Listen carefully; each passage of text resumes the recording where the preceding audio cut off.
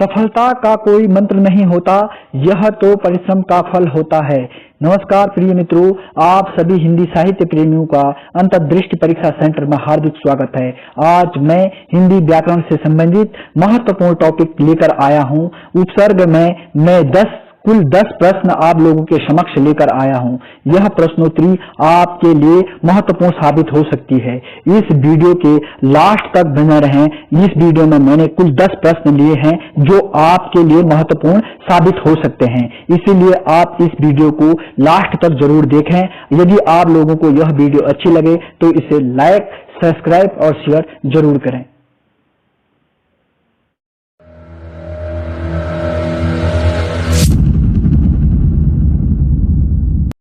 प्रिय मित्रों, आपको इस वीडियो की टाइटल देख के ही पता लग रहा होगा कि आज हमारा टॉपिक कौन सा है। जैसे कि व्याकरण में यह टॉपिक महत्वपूर्ण माना जाता है, उपसर्ग का टॉपिक। उपसर्ग का टॉपिक आज मैं आप लोगों के समक्ष लेकर आया हूं। इस वीडियो को आप लास्ट तक जरूर देखिए, क्योंकि आज मैं बिल्कुल सरल तरीके से ट्रिक के साथ आपको उपसर्ग समझाने वाला हूं। इस वीडियो को लास्ट तक जरूर देखिए और मैं बीच बीच में इन शब्दों के आपको ट्रिक भी बताऊंगा कि उपसर्ग की पकड़ हम कैसे कर सकते हैं। आप हमारा उपसर्ग किसे कहते हैं? उपसर्ग किसे कहते हैं? उपसर्ग और प्रत्यय दोनों क्या होते हैं? हमारे शब्दांश होते हैं। उपसर्ग और प्रत्यय क्या होते हैं? हमारे दोनों शब्दांश होते हैं, यानी कि शब्द के अंश होते हैं। मूल शब्द में जुड़कर यह क्या होता है? परिवर्तन हो जाता है। ठीक, उपसर्ग और प्रत्यय क्या होता है? हमारा शब्दांश होता है।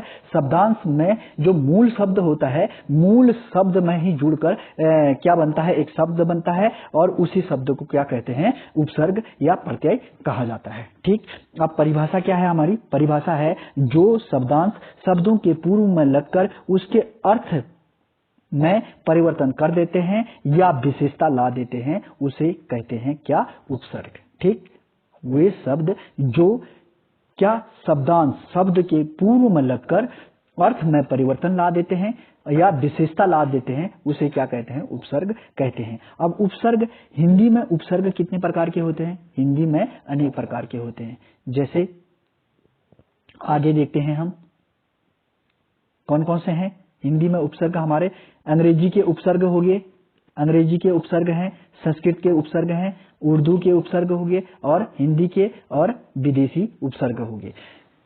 अंग्रेजी के उपसर्ग हमारे कौन कौन से हैं? सब, deputy, general, vice, chief, head. ठीक, और संस्कृत के कौन से हैं? अति, अधि, अप, अनु, अभि, आ, औ, दुर, दुस, नीर, प्र, प्रति, प्रा, परि, उप, सु, सम, वी और वी, सम, वी, उत, उद, अलम, गैर, फी। ये हमारे संस्कृत के उपसर्ग हैं। और अगला क्या है हमारा? अगला है उर्दू के उपसर्ग। अब उर्दू के कौन कौन से हैं? हमारा अल हो गया, एन, कम, दर, दुस, ना, फिल, बौ, ना, वद, वर, वा, बिल, बे, बिला, हम, विला, ला, सर। ये हमारे कौन से हैं? ये हमारे उपसर्ग, उर्दू के उपसर्ग हैं। उर्दू के उपसर्गों की संख्या कितनी है? हमारी कितनी मानी जाती है? उर्दू के उपसर्ग की संख्या मानी जाती है 19। और हमारे पूछा जाएगा संस्कृत में कुल उपसर्गों की संख्या कितनी है, तो हमारी कुल कितनी है? 22 उपसर्ग हैं। और हिंदी के कुल उपसर्गों की संख्या पूछी जाएगी तो कुल कितने हैं? हमारे 13 उपसर्ग जो है हिंदी के हैं। कितने हैं? 13। ठीक, अब विदेशी उपसर्ग। विदेशी उपसर्ग कौन कौन से? हमारे वद, विला, बे, ला, नेक, दर, ना, हम, हर, अल, एन, कम, बा, फिर, गैर, खुश। ये हमारे कौन से हैं? विदेशी उपसर्ग हैं। इसमें से हमारा प्रश्न क्या बनता है कि हमारे जैसे कुछ ऑप्शन में दिया जाएगा अल, एन, कम, दर, ये पूछा जाएगा कि यह कौन से उपसर्ग हैं, तो हमारा उत्तर क्या होगा? यह उर्दू के उपसर्ग हैं। उसी प्रकार हमारा क्या दिया जाएगा ऑप्शन में? सब, deputy, general, vice, chief, head. ये ऑप्शन में दिया जाएगा, पूछा जाएगा कि यह कौन से उपसर्ग हैं, तो हमारा उत्तर क्या होगा? यह अंग्रेजी के उपसर्ग हैं। इसलिए आपको यह भी ध्यान में रखना होगा। और इनके अर्थ अर्थ भी आप लोगों को आने चाहिए, क्योंकि अर्थ से भी संबंधित प्रश्न बनते हैं और उसमें से जब हम उपसर्ग को पकड़ते हैं तो उसमें से हमें अगर इनका अर्थ आता है तो हम आसान तरीके से उसको सही कर लेंगे। ठीक, अब हम प्रश्न की ओर चलते हैं। उपसर्ग के महत्वपूर्ण प्रश्न लेकर आया हूं, जिसमें से हमारा पहला प्रश्न है। पहला प्रश्न क्या है हमारा? पहला प्रश्न है, जो शब्दांश शब्दों के पूर्व में लगकर उनके अर्थ में परिवर्तन कर देते हैं उसे कहते हैं। उसे क्या कहते हैं? उसे कहते हैं हमारा तद्भव कहते हैं, या प्रत्यय कहते हैं, या उपसर्ग कहते हैं, या तत्सम कहते हैं। तो हमारा सही उत्तर क्या है? उसे क्या कहते हैं? हम उपसर्ग कहते हैं। ठीक, अगला प्रश्न है हमारा। प्रिय मित्रों, इस वीडियो को पॉज करके जरूर देखिए, क्योंकि पॉज करके आपको यह पता लगेगा कि हमारी तैयारी कहां तक हो रही है, और इस वीडियो को आप ध्यान से जरूर देखिए। ठीक, मुख्य रूप से उपसर्ग कितने प्रकार के माने जाते हैं? कितने प्रकार के माने जाते हैं? 3 प्रकार के, या 5 प्रकार के, या 6 प्रकार के, या 2 प्रकार के? तो हमारा सही उत्तर है इसमें 3 प्रकार के। अब 3 प्रकार के कौन कौन से हैं हमारे 3 प्रकार के? पहला प्रकार है हमारा हिंदी के उपसर्ग, दूसरा है हमारा संस्कृत के उपसर्ग, तीसरा है हमारा विदेशी उपसर्ग। ठीक, समझ में आ गया होगा। अगला प्रश्न है हमारा, उपसर्ग का प्रयोग होता है किसमें होता है? शब्द के प्रारंभ में होता है, या शब्द के मध्य में होता है, या शब्द के अंत में होता है, या इनमें से कोई नहीं? तो हमारा सही उत्तर क्या है इसमें? सही उत्तर है हमारा क्या है? सही उत्तर, सही उत्तर है इसमें शब्द के प्रारंभ में होता है। उपसर्ग हमारे कहाँ लगते हैं?